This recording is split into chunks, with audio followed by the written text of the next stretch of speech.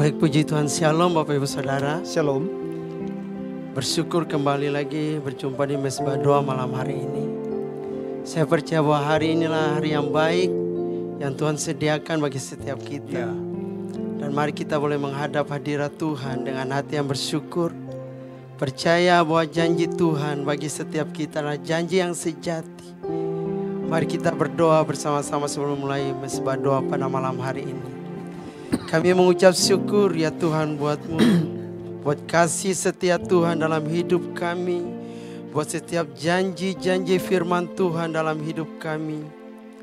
Engkau berjanji bahwa Engkau menyertai setiap kami sampai kesudahan zaman. Dan kami tidak akan pernah menyerah dalam setiap masalah pergumulan hidup kami, karena kami percaya di balik semua itu ada kemenangan yang gilang gemilang yang Tuhan sediakan bagi kami. Sebab itu nyatakanlah kuasa-Mu ya Tuhan, kasih-Mu bagi umat-Mu yang mengambil bagian di Mesbah Doa pada saat ini. Di dalam nama Yesus kami berdoa dan mengucap syukur. Sama-sama katakan amin. Amin. Terima kasih Tuhan.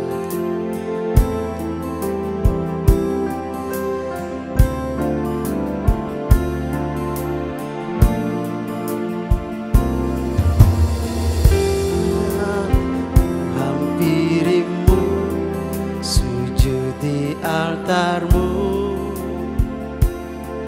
menyembah-Mu Yesus,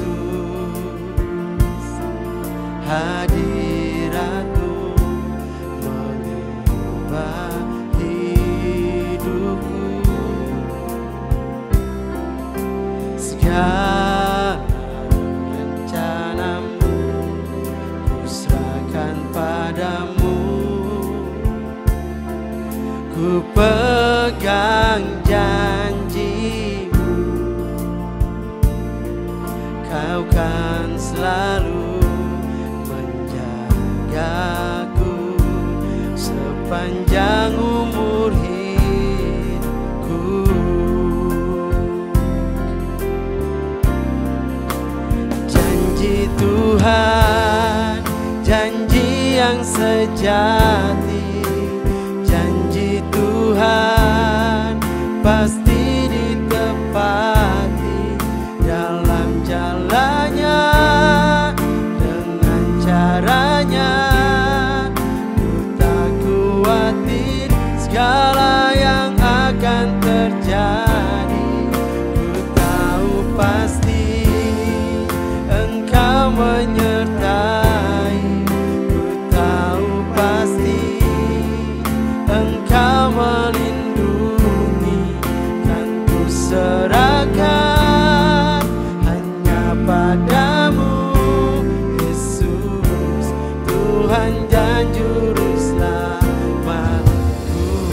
Janji Tuhan, janji Tuhan, janji yang sejati.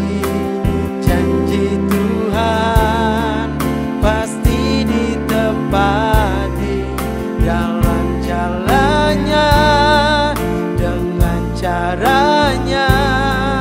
Ku tak khawatir segala yang akan terjadi. Ku tahu pasti Engkau menyertai. Ku tahu pasti Engkau melindungi, kan ku serahkan hanya padamu Yesus, Tuhan dan Juru Selamatku.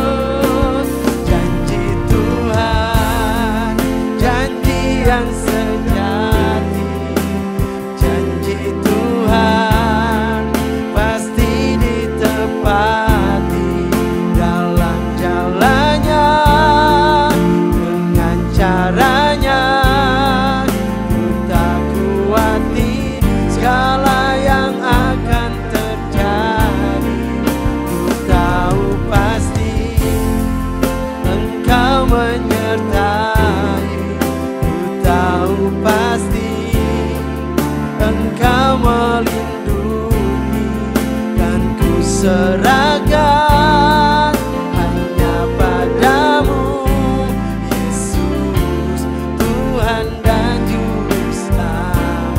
Biar musik saja naikkan pujian ini. Bapa, kami berdoa, biar janji-janji-Mu atas umat-Mu malam ini, saat ini juga, tahun ini juga Tuhan, Engkau tepati atas umat-Mu. Biar umat mendapatkan kasih karunia untuk mengalami janji-janji Tuhan. Sebab janji-Mu ya dan amin. Kami sepakat bersama dengan umat-Mu malam hari ini. Kami berdoa di dalam nama Yesus. Kami menerima janji Tuhan. Terima kasih ya Bapa di sorga. Mari Bapak Ibu Saudara, angkat hatimu, percaya pada Tuhan. Naikkan pujian ini sekali lagi di hadiratnya. Hora sekera labasando. Haleluya. Oh, janji Tuhan, janji yang sejati, janji Tuhan pasti ditepati dalam jalannya, dengan caranya. Ku tak khawatir segala yang akan terjadi. Ku tahu pasti Engkau menyertai.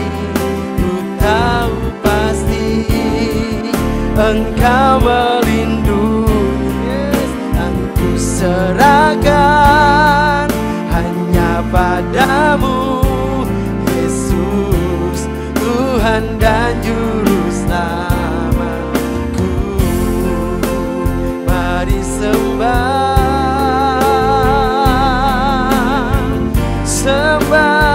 Tuhan, inayat dalam masando.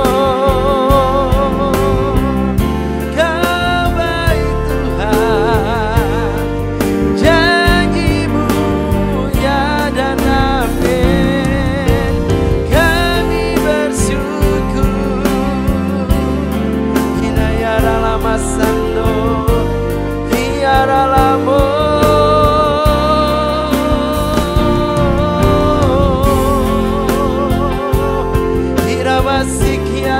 Sande. Terima kasih ya Bapa, buat kasih setia-Mu. Terima kasih buat kuasa-Mu saat ini atas semua kami. Inayaramu.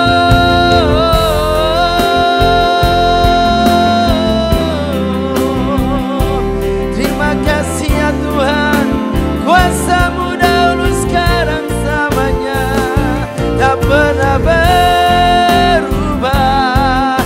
Ya Tuhan, kuasa Allah besar dan ajaib. Hinayat Amasiki.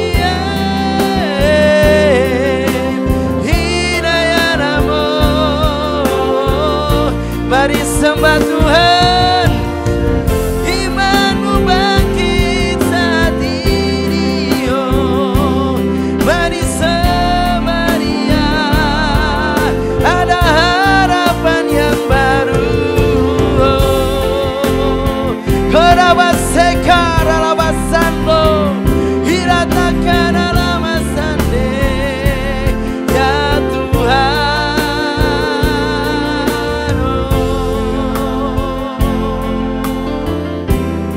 kuasa-Mu terlebih besar dalam hidup kami.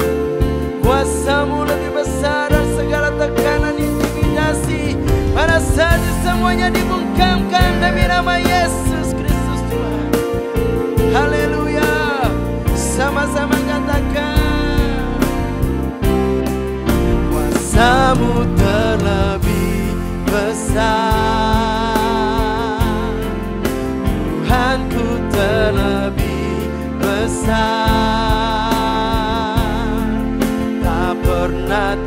terlambat, janji-Mu ya Tuhan menolong hidupku. Kuasa-Mu terlebih besar. Tuhanku terlebih besar. Tak pernah terlambat, tak pernah terlambat, janji-Mu ya Tuhan pulihkan hidup.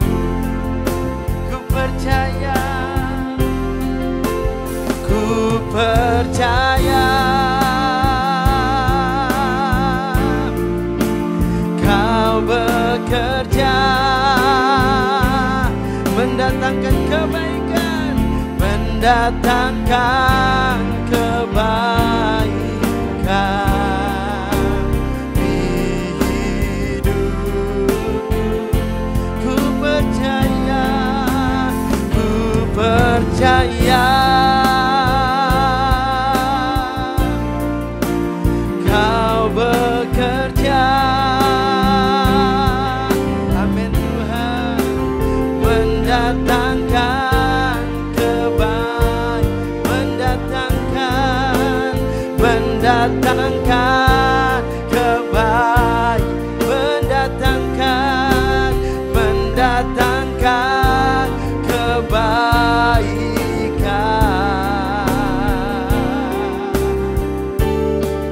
Kuasa-Mu terlebih besar. Tuhanku terlebih besar. Tak pernah terlambat, janji-Mu ya Tuhan menolong hidupku. Kuasa-Mu terlebih besar. Tuhanku terlebih besar. Tak pernah terlambat, janji-Mu ya Tuhan pulihkan hidupku. Tak pernah terlambat, tak pernah terlambat, janji-Mu ya Tuhan pulihkan hidupku. Tak pernah terlambat, tak pernah terlambat, janji-Mu ya Tuhan pulihkan hidupku.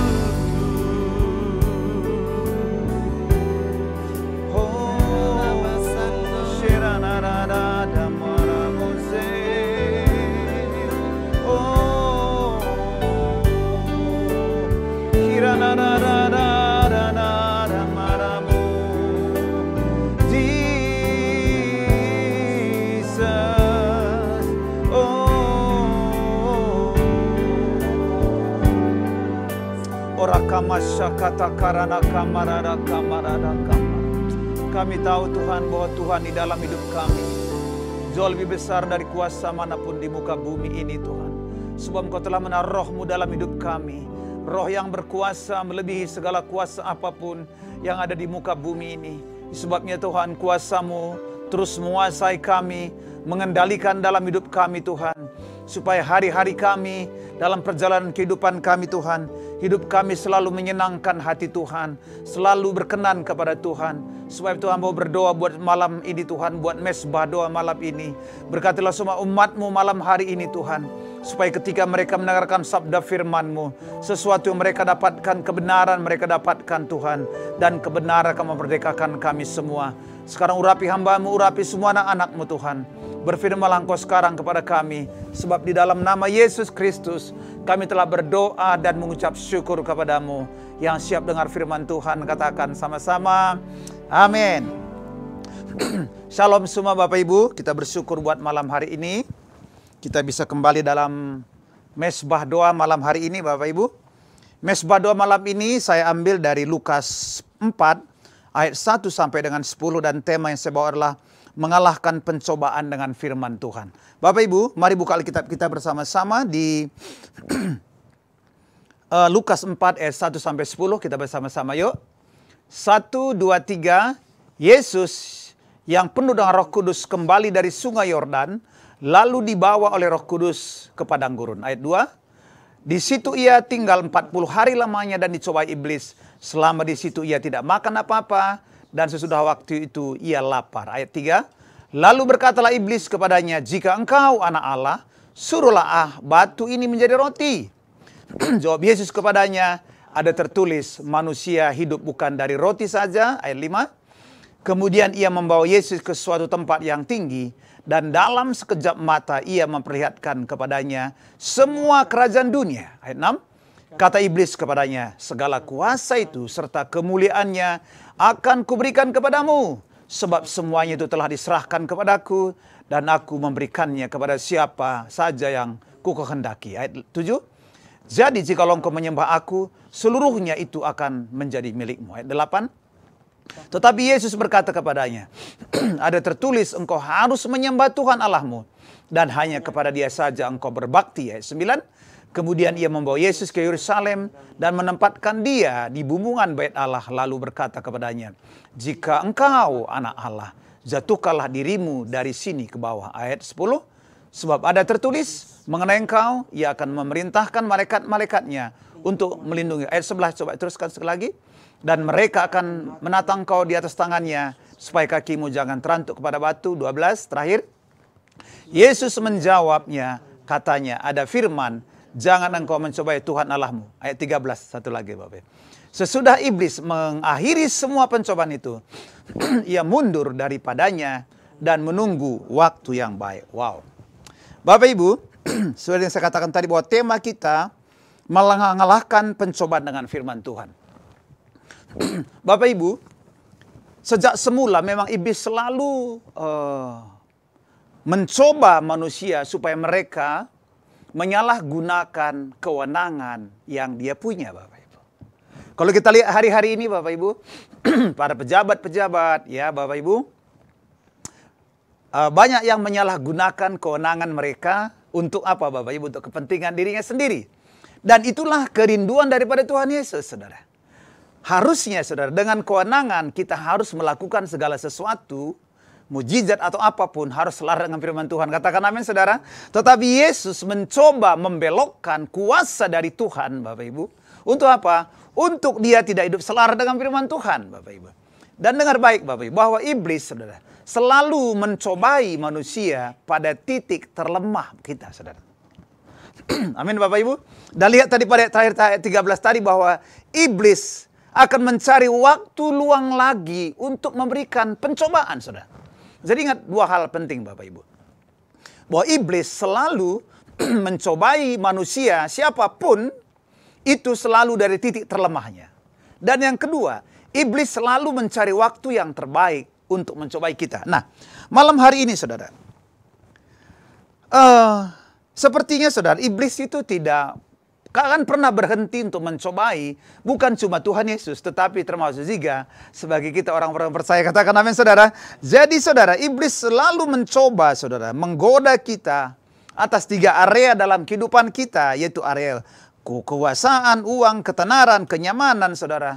Dan akhirnya kita bisa meragukan daripada firman Tuhan. Nah, Billy Graham pernah berkata begini, ketika pencobaan datang, jangan lari dari firman, tetapi larilah kepada firman Tuhan. Katakan amin. Kalau kita lihat tadi, saudara, bagaimana Yesus bisa menang menghadapi setiap tantangan, godaan, saudara. Bayangkan dia sudah 40 hari, saudara, tidak makan, saudara. Maka dia pasti lapar, saudara.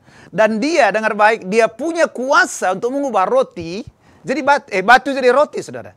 Bukan roti jadi batu, saudara. Mengubah batu jadi roti, saudara. Sebab dia memang Allah Maha Kuasa dan bisa melakukan apa saja, saudara. Dan itu yang diinginkan oleh iblis, Bapak. Supaya apa? Supaya ketika kita punya kelemahan, kita menggunakan kewenangan kita, kuasa kita untuk melanggar firman Allah, saudara. Nah, yang pertama, saudara, bagaimana kita bisa mengalahkan setiap godaan atau pencobaan? Nah, pencobaan yang pertama tadi adalah di ayat 1 sampai 4 tadi dikatakan, saudara, dikatakan bahwa jika engkau anak Allah, dikatakan, rubahlah batu ini menjadi roti, saudara. Saya mau tanya Bapak Ibu, kalau Bapak Ibu sedang lapar berat, dan saudara punya kuasa untuk mengubah batu jadi roti, kira-kira kepancing nggak Bapak Ibu untuk mengubah batu jadi roti? Pasti kepancing, saudara. Karena kita punya kuasa. Nah, dan lihat Bapak Ibu, bahwa yang membawa Yesus ke padang gurun itu adalah Roh Kudus, Bapak Ibu. Setelah dipersiapkan oleh Roh Kudus, saudara, untuk menguji integritas daripada Tuhan Yesus, saudara, dia mengizinkan iblis untuk membawa Yesus ke padang gurun. Dan dikatakan berpuasa selama 40 hari, saudara. Boleh dikatakan pada waktu yang sangat lama. Dan dikatakan, jika engkau anak Allah, saudara, rubahlah batu ini menjadi roti. Bayangkan begini, saudara. Kalau misalkan seorang pejabat, saudara, pejabat pemerintahan, yang punya kewenangan yang luar biasa. Kebetulan, saudara, dia lagi kekurangan. Kemudian istrinya bilang begini, Pak, kamu kan punya kuasa, Pak. Tolong dong, gunakanlah kuasamu sedikit untuk ngambil uang. Saudara, kepancing nggak kira-kira? Sudah tahu bahwa keluarganya lagi butuh duit banyak ini, saudara. Memang tidak terlalu cocok, saudara. Tetapi saya bilang begitu, saudara. Iblis pengen memancing Yesus bahwa pada waktu dia lapar, mau nggak Yesus melanggar firman, saudara? Orang itu banyak melanggar firman pada waktu dia kepepet, saudara. Tetapi Yesus berkata, saudara, dibilang begini. Jika engkau anak Allah, suruhlah batu jadi roti. Tapi Yesus berkata begini, saudara. Manusia hidup bukan dari roti saja. Katakan amin, saudara. Artinya Bapak Ibu, bahwa kebutuhan fisik itu bukan segala-galanya. Jabatan, pangkat, atau apapun bukan segala-galanya. Tetapi melakukan kehendak Tuhan, melakukan hidup selaras dengan firman Tuhan, itu jauh lebih penting daripada segala kebutuhan apapun. Setuju katakan amin, saudara? Nah, seperti katakan tadi, seorang karyawan mungkin tergoda, Bapak Ibu, untuk korupsi karena tekanan ekonomi, saudara. Maka paling berat, saudara, yang punya potensi untuk korupsi di kantor adalah orang-orang yang punya kewenangan, saudara. Kalau orang nggak punya kewenangan, nggak mungkin, saudara. Dan iblis nggak akan menggoda yang tidak punya kewenangan. Jarak kecil lah godaannya. Tetapi orang yang punya kewenangan besar, saudara, itulah yang menjadi sasaran, saudara. Mungkin juga begini, saudara. Ada seorang mahasiswa mungkin, saudara, saya nggak tahu, ada nggak mahasiswa yang nggak nyontek gitu ya? Apakah ada mahasiswa yang tidak nyontek gitu ya? Sudah kepepet, saudara, sudah mau di ini, saudara. Saya sekali punya pengalaman, saudara. Bukan nyontek, saudara. Saya lagi ada mata kuliah termodinamika waktu saya kuliah, saudara. Saya sudah selesai, saudara. Tiba-tiba teman saya, saudara, artinya mengambil paksa kertas kerja ujian saya, saudara. Saya udah gemeter, saudara. Bisa dua-dua tidak lulus, saudara. Jadi kadang-kadang orang, saudara, kalau udah kepepet, saudara, mahasiswa itu ada juga yang nyontek, saudara, karena ingin nilai bagus, saudara. Tapi saya percaya mahasiswa orang anak Tuhan gak ada yang menyontek. Katakan amin, saudara. Apalagi mahasiswa teologi, saudara. Kalau sempat nyontek dari pendeta, aduh, bagaimana ceritanya, saudara? Kemudian juga begini, seorang anak Tuhan mungkin bisa tergoda untuk bekerja tanpa batas juga, saudara. Tanpa batas hingga lupa mencari Tuhan, saudara. Mungkin sudah habis-habisan melayani pagi, siang, sore, malam. Sehingga tidak punya waktu lagi, Bapak Ibu, untuk punya persekutuan dengan Tuhan, saudara. Ini juga, saudara, kita perlu waspada. Katakan amin, saudara. Saya ingat kisah Yusuf, saudara, di Kejadian 39, saudara. Waktu itu, saudara, dikatakan di Alkitab, saudara, bahwa mereka cuma ada berdua dengan istrinya Potifar. Betul, Bapak Ibu? Dia punya kuasa di rumah sebagai kepala para pembantu, saudara. Dan dia mungkin ganteng sekali, saudara. Sehingga, saudara, kita mencatat bahwa istri Potifar bolak-balik menggodain dia. Sebenarnya, saudara, kalau dia cari jalan pintas, Bapak Ibu, dia hidupnya mungkin lebih sejahtera. Betul apa enggak, Bapak Ibu?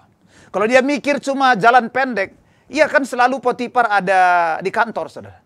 Dia ada berdua selalu di rumah, saudara. Kalau dia nggak mikir panjang, saudara, maka dia bisa tergoda dan akhirnya, saudara, dia bisa jatuh ke dalam dosa perzinahan, saudara. Nah, tetapi di tengah-tengah banyak godaan yang datang kepada dia, dia berkata kepada istri Potifar, bagaimana mungkin, Kejadian 39 ayat 9 dia berkata begini, bagaimana mungkin aku melakukan kejahatan yang besar ini dan berdosa terhadap Allah, saudara. Wow, saudara. Bapak Ibu dikasih Tuhan, Yesus memilih ketaatan di atas kesesatan, kenikmatan yang sesaat, saudara. Bapak Ibu, jadi gini prinsipnya gini Bapak Ibu. Ketika kebutuhan hidup menggoda kita untuk kompromi, ingatlah bahwa firman Tuhan atau melakukan kehendak Tuhan jauh lebih penting daripada kepuasan sesaat. Katakan amin, saudara. Jadi saudara, yang pertama, saudara, godaan iblis, saudara, selalu dimulai dari titik lemah kita, yaitu pada waktu Yesus sedang lapar, saudara. Ingat Bapak Ibu, pada waktu Adam dan Hawa digoda, yang digoda Adam atau Hawa, saudara? Pasti Hawa. Karena Hawa tidak terima firman. Sehingga yang digoda adalah Hawa. Karena itulah orang yang paling lemah, saudara. Saudara dikasih Tuhan, itu yang pertama. Yang kedua, saudara. Dia katakan di ayat 5-8 tadi, saudara. Dikatakan dia di Kejadian 4, Lukas 4, 5-8 dikatakan, iblis membawa Yesus ke tempat yang tinggi dan memperlihatkan kepadanya segala kerajaan dunia, Bapak Ibu. Wow. Jadi ujian yang kedua atau pencobaan yang kedua adalah pencobaan atas kuasa dan kemuliaan. Saya mau tanya Bapak, siapa yang tidak tergiur dengan kuasa, saudara? Siapa yang tidak tergiur dengan uang, saudara? Wow. Karena kuasa, orang mau melakukan apa saja. Karena uang, orang mau melakukan apa saja. Mungkin kita tanya, perlu nggak kuasa, Pak? Perlu. Perlu nggak uang? Perlu, Bapak Ibu. Yang penting jangan penyalahgunaan kuasa, saudara. Iblis menawarkan kepada Yesus. Yang Yesus sebenarnya sudah punya kuasa, saudara. Lo kan bodoh soal iblis, betul nggak Bapak Ibu? Bukankah Yesus punya langit dan surga, amin, saudara? Sama seperti, saudara, iblis berhasil membodohi Adam dan Hawa. Kenapa saya bilang membodohi? Sebab begini, jika engkau makan buah pengetahuan baik dan jahat ini, engkau akan sama seperti Allah. Pertanyaan saya, apakah pada waktu Tuhan menciptakan Adam dan Hawa, mereka belum seperti Allah? Oh sudah Bapak Ibu. Adam dan Hawa sudah seperti Allah. Maka Tuhan bilang begini, marilah kita menciptakan manusia apa? Segambar dengan rupa kita. Berarti sejak semula Adam dan Hawa sudah segambar dan serupa dengan Tuhan, saudara. Dia hanya korban tipuan, saudara. Bapak Ibu, dengar baik. Bukankah semua di muka bumi dan di sorga, semua milik Bapak kita, amin, saudara? Amin, Bapak Ibu. Jadi saudara, kalau misalkan gini, seorang anak gini, dia bilang gini, lawan bapakmu, gitu. Misalkan pas ada orang ini, lawan aja bapakmu, maka semua harta bapakmu akan kepada kamu. Kira-kira kalau orang yang waras ngelawan bapaknya atau enggak, Bapak Ibu? Pasti enggak, Bapak Ibu. Sebab apa yang bapaknya punya lah punya dia, saudara. Amin, saudara. Jadi iblis, saudara, dikatakan di ayat 5, coba sama-sama. Kemudian dia membawa Yesus ke tempat yang tinggi dan dalam sekejap mata ia memperlihatkan kepadanya semua kerajaan dunia. Pertanyaan saya, nyata atau enggak ini Bapak Ibu? Apakah dalam roh atau gimana ini? Nyata atau enggak? Pasti belum nyata Bapak Ibu. Itu tipuan. Terus ayat 6, coba. Kata iblis kepadanya, segala kuasa itu dan kemuliaannya akan kuberikan kepadamu. Sebab semua itu telah diserahkan kepadaku. Dan aku akan berikannya kepada siapa yang kau kehendaki. Pertanyaan saya, benar saudara? Benarkah segala kemuliaan milik setan? Saudara pernah lihat screen saver enggak Bapak Ibu? Kalau di komputer saudara. Kadang-kadang ada bayang-bayangan, betul apa enggak ya? Wow, indah sekali saudara, indah saudara ya. Kemudian pegang bisa enggak? Enggak bisa. Enggak bisa. Iblis tidak punya segala kuasa dan kemuliaan. Katakan amin saudara. Itu hanya tipuan. Pada waktu saudara melihat screensaver di komputer saudara, kelihatannya indah saudara. Tetapi saudara berusaha bagaimanapun tidak akan bisa mengambil nama screensaver itu. Sama halnya saudara, pada waktu iblis memperlihatkan segala kemuliaan, segala kuasa kepada Yesus, itu hanya screensaver. Itu tidak mungkin saudara dapatkan. Sebab segala kemuliaan dan kuasa hanya milik Tuhan yang percaya. Katakan, amin saudara. So bilang kalian kiri, jangan tertipu, bilang saudara. Jangan tertipu, jangan seperti Adam dan Hawa, dia tertipu. Dibilang kamu akan sama seperti Allah, padahal dia sudah sama seperti Allah. Yesus punya segala kemuliaan di surga dan di bumi, ditawarkan kuasa dan kemuliaan. Wow, saudara, wow. Tetapi Yesus begini, tidak tergoda, dia menjawab, ada tertulis, engkau harus menyembah Tuhan Allahmu, dan hanya kepada Dia saja engkau berbakti. Yang setuju katakan amin. Bapak Ibu, orang biasanya pengen cepat kaya, betul apa enggak? Pak Denny pengen cepat kaya, Pak Denny. Pengen cepat kaya, saudara. Tapi Alkitab berkata apa?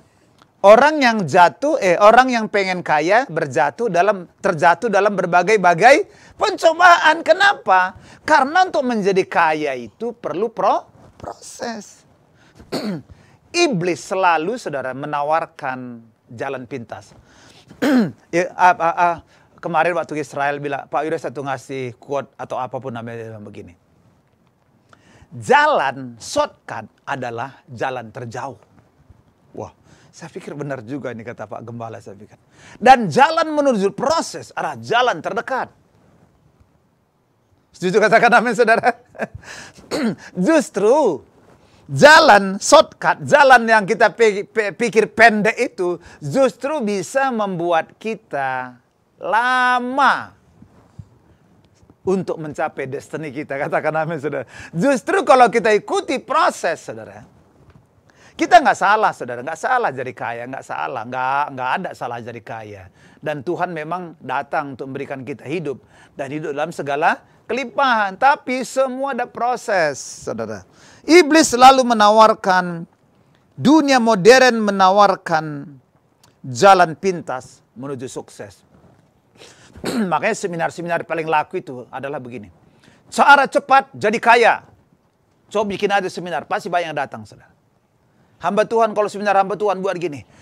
Cara atau shortcut untuk menjadi kaya. Menjadi kaya dalam 2 tahun. Waduh, saya kira itu pasti penuh dengan seminarnya. Percayalah saudara, saudara akan pulang dengan kecewa. Karena tidak ada yang cepat. Tapi selalu mengikuti proses. Katakan amin saudara.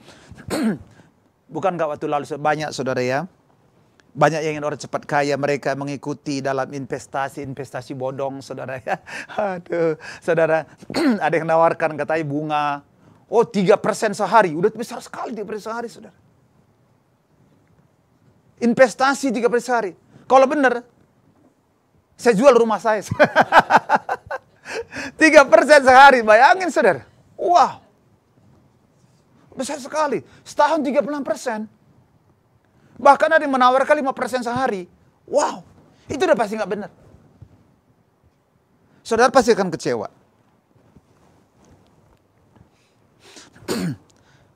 Banyak juga saudara, mungkin orang yang pengen punya kuasa saudara ya. Banyak ingin lebih berkuasa lebih besar sehingga mereka rela berbohong saudara. Untuk apa Bapak Ibu? Untuk melakukan tipuan-tipuan sehingga dia bisa mengkhianati orang banyak saudara. Bapak Ibu dikasih Tuhan. Mari kasihilah Tuhan, katakan amin saudara. Jangan tergoda dengan jalan singkat saudara. Iblis menawarkan kemuliaan dunia tetapi dengan syarat harus kompromi dengan dosa.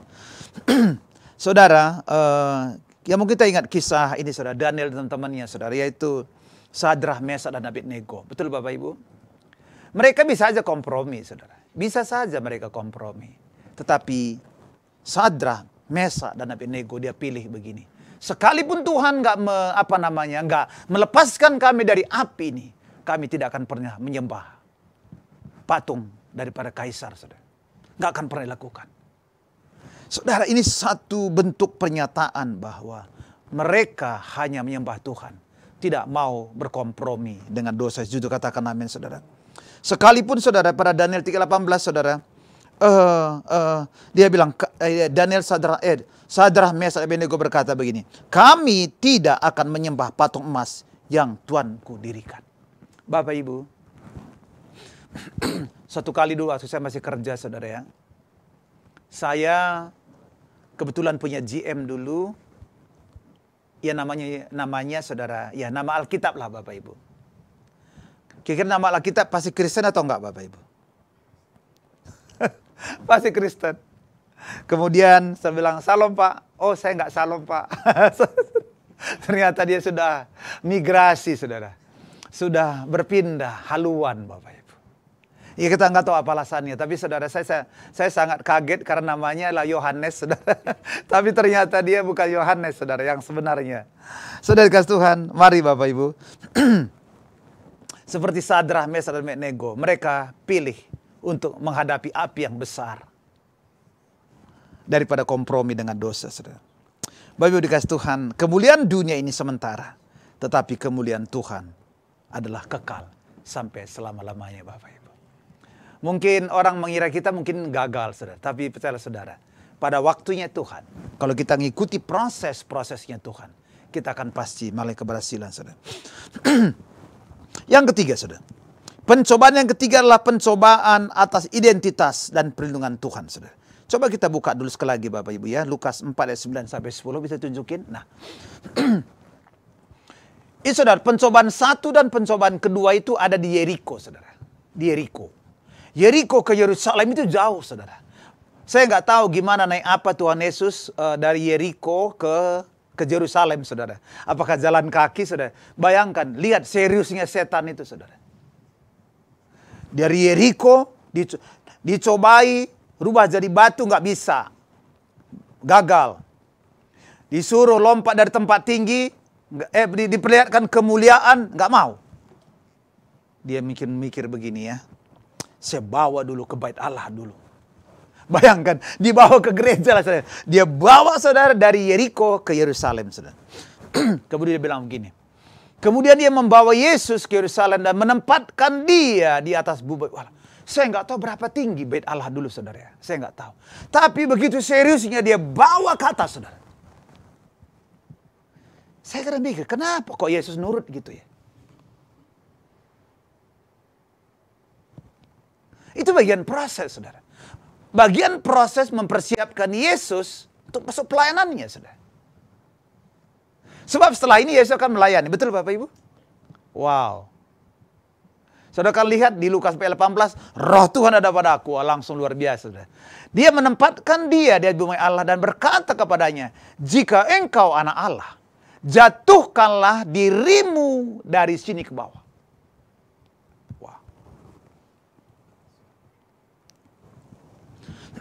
Jatuhkanlah dirimu. Pertanyaan saya, ada ayat firman Tuhan nggak bahwa malaikat Tuhan akan menatang tangan kita? Ada, Mazmur 91. Coba ayat 11, coba. Oh, enggak. Ya, ini. Dan mereka akan menatang kau di atas tangannya supaya kakimu jangan terantuk kepada batu. Ada firman Tuhan. Tetapi Yesus berkata, saudara, dia bilang begini, saudara. Ada firman tertulis, jangan engkau mencobai Tuhan Allahmu. Wow. Kadang-kadang gini, saudara. Kita menyalahkan firman untuk kepentingan sendiri. Dia bilang begini. Orang malas bekerja dan berkata, Tuhan pasti berkatilah. Kan ada ayatnya. Aku diberkati, kan ada ayatnya. Loh. Dia nggak bekerja, pengen diberkati. Itu namanya mencobai Tuhan. Saya mikir dulu apa mencobai Tuhan itu apa ya saya pikir. Apa melawan Tuhan? Bukan ternyata Bapak Ibu. Mencobai Tuhan artinya tidak melakukan firman dengan harapan firman-Nya berlaku di hidup kita. Wah, ini mencobai saudara. Yesus saudara, dia suruh jatuhkan diri. Loh, kalau engkau jatuh baru tak sengaja baru dipakai ditapis. Tapi kalau sengaja jatuh itu namanya apa? Mencobai. Kalau kita sakit, saudara, nggak bisa bekerja, Tuhan berkati, itu wajar. Tetapi kalau kita sehat, saudara, kita nggak mau bekerja dan pengen diberkati, itu namanya mencobai Tuhan, Bapak Ibu. Setuju katakan amin, saudara? Kemudian gini, orang yang tidak berhati-hati dalam mengambil keputusan berkata, Tuhan pasti lindungilah. Loh, sembrono, saudara, tidak ngambil keputusan, tidak tanya Tuhan, tiba-tiba bilang, Tuhan pasti lindungi. Oh enggak Bapak Ibu, itu pasti sedang mencobai Tuhan, saudara. Kemudian lagi berkata begini, percaya kepada Tuhan, bukan berarti kita boleh bertindak sembrono. Katakan amin, saudara. Jadi gini, saudara. Bangsa Israel di padang gurun seringkali, saudara, mencobai Tuhan, Bapak Ibu. Dia mencobai Tuhan, saudara. Di Keluaran 17 ayat 7 dia berkata begini. Adakah Tuhan di tengah-tengah kita atau tidak? Wow. Padahal saudara, dengar baik Bapak Ibu. Kelepasan bangsa Israel dari perbudakan Mesir lewat ada 10 tulah. Betul Bapak Ibu? Terus mereka dikejar. Kemudian mereka ketemu Laut Tebrau. Kemudian tentara Firaun ada di belakang. Kemudian mereka udah ketakutan. Lalu Tuhan suruh Musa untuk mengulurkan tongkatnya. Laut terbelah, saudara. Terus mereka melewati laut, saudara. Kemudian mereka berjalan beberapa hari. Kemudian mereka haus. Mereka teriak sama Musa. Mana air? Mana air? Kemudian ada situ di tempat mereka dimarah. Tapi airnya pahit. Lalu Tuhan, saudara, kemudian menyuruh Musa melemparkan kayu ke dalam dan air berubah jadi batu. Air pahit berubah jadi manis, Bapak Ibu. Wah.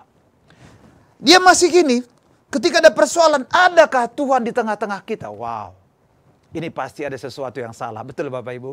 Ada sesuatu yang tidak mereka sadari. Mereka tak meragukan. Bangsa Israel, saudara, tidak sampai ke Kanaan karena mereka selalu meragukan Tuhan. Mereka tidak yakin bahwa Tuhan tengah-tengah mereka.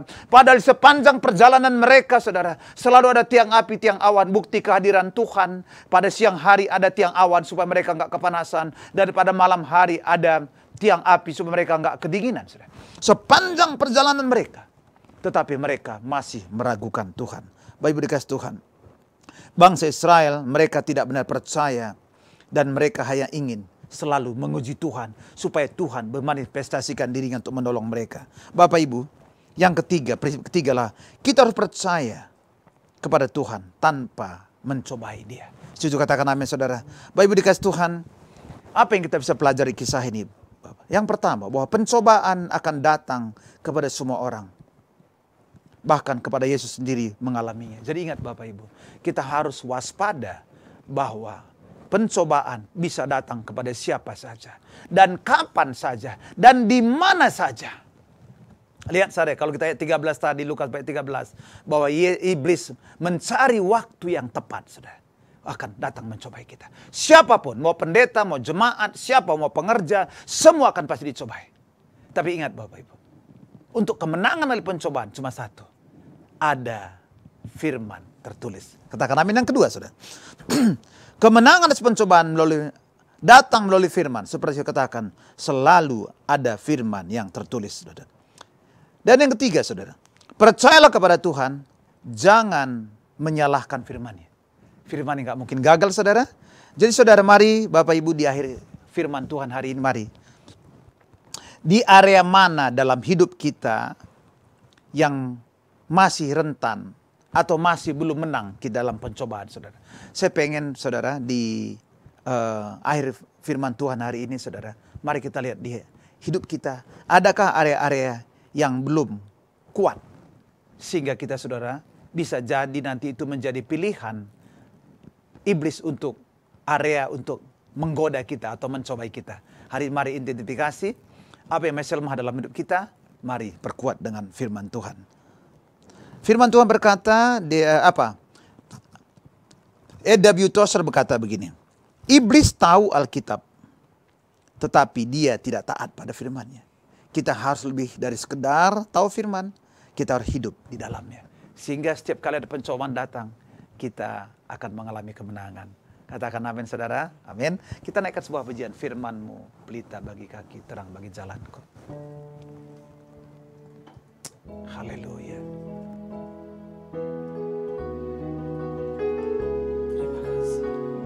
Oh raka masakatakara. Firman-Mu pelita bagi kakiku, terang bagi jalanku. Firman-Mu, firman-Mu pelita bagi kakiku, terang bagi jalanku. Waktu ku bimbang dan hilang jalanku, tetaplah Kau di sisiku. Dan takkan ku takut asal Kau di dekatku, besertaku selamanya.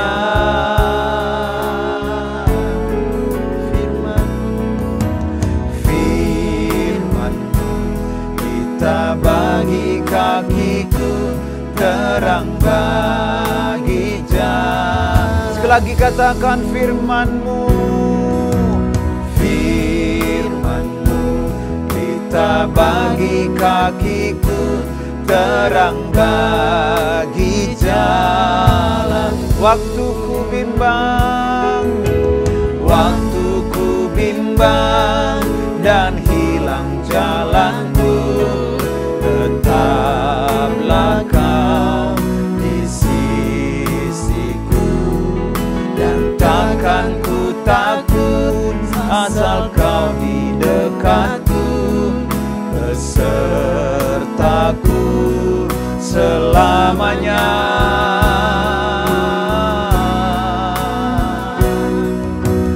Firman-Mu pelita bagi kakiku, terang bagi jalanku.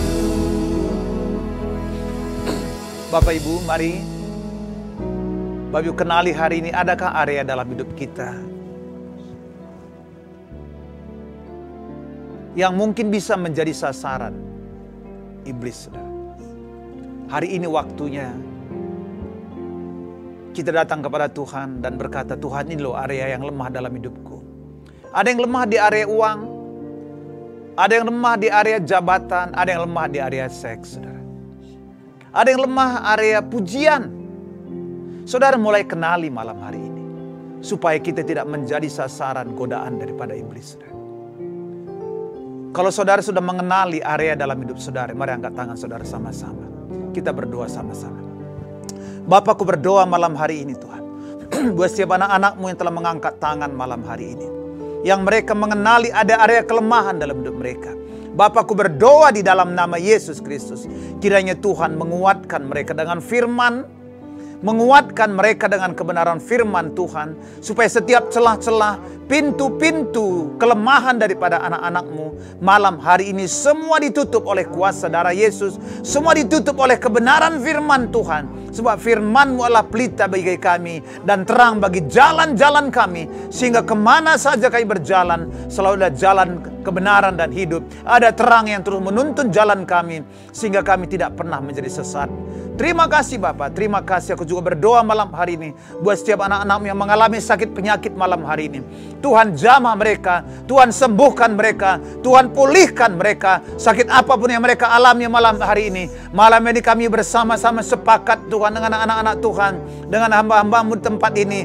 Bahkan dengan anak-Mu yang mengalami sakit penyakit, kami sepakat meminta kepadamu oleh bilur-bilur Tuhan Yesus, segala sakit penyakit apapun Tuhan sembuhkan, Tuhan pulihkan. Tuhan pulihkan semua di dalam nama Yesus Kristus.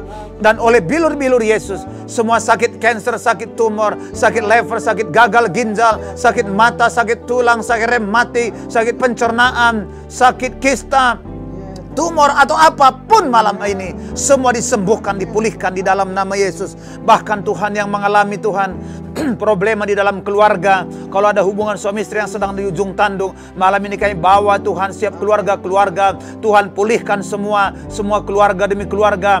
Biar Tuhan ada rekonsiliasi antara suami dan istri Tuhan, rekonsiliasi hubungan orang tua dan anak-anak Tuhan, sehingga mereka dipulihkan, sehingga hidup mereka menjadi berkenan kepadamu.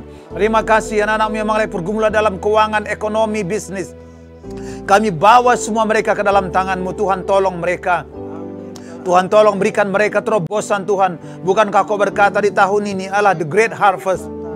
Kami berdoa di dalam nama Yesus supaya setiap anak-anak-Mu Tuhan yang mengalami Tuhan masalah ekonomi, keuangan dan usaha mereka, biar tahun ini mereka mengalami tuain yang besar dalam usaha mereka, dalam pekerjaan mereka, dalam bisnis mereka. Aku berdoa di dalam nama Yesus Kristus, biarlah Tuhan usaha-usaha anak-Mu semua dibangkitkan. Bahkan anak-anak-Mu yang merindukan pekerjaan, merindukan usaha, Tuhan aku berdoa, berikan mereka pekerjaan, bukakanlah kesempatan untuk bisnis, kesempatan untuk pekerjaan. Terima kasih Tuhan, terima kasih. Kami bawa juga Tuhan anak-anak-Mu yang sedang melakukan transaksi jual beli, aku berdoa supaya mereka ada berkat Tuhan, supaya penjualan mereka terus meningkat dan semua transaksi mereka Tuhan buat berhasil. Terima kasih terakhir bangsa kami Tuhan, pulihkan negeri kami, bangsa kami, ekonomi bangsa kami Tuhan pulihkan, ekonomi Indonesia Tuhan pulihkan, sistem politik kami Tuhan pulihkan semua Tuhan, sehingga Indonesia seperti janji oleh Presiden kami akan mengalami Indonesia emas Bapa. Terima kasih Tuhan, kami bersyukur buat malam hari ini. Kami akan akhiri mesbah doa kami dan kami mau terima berkat daripada akan sama-sama. Biar segala berkat yang terbaik dari Bapa di sorga, berkat yang terbaik dari Tuhan Yesus Kristus, berkat yang terbaik dari Roh Kudus yang memberkati kita malam hari ini, bahkan sampai selama-lamanya. Kita yang percaya terima berkat Tuhan, katakan sama-sama, amin. Shalom Bapak Ibu, selamat malam. Tuhan Yesus berkati kita, sampai ketemu di mesbah doa yang akan datang. Tuhan Yesus berkati kita.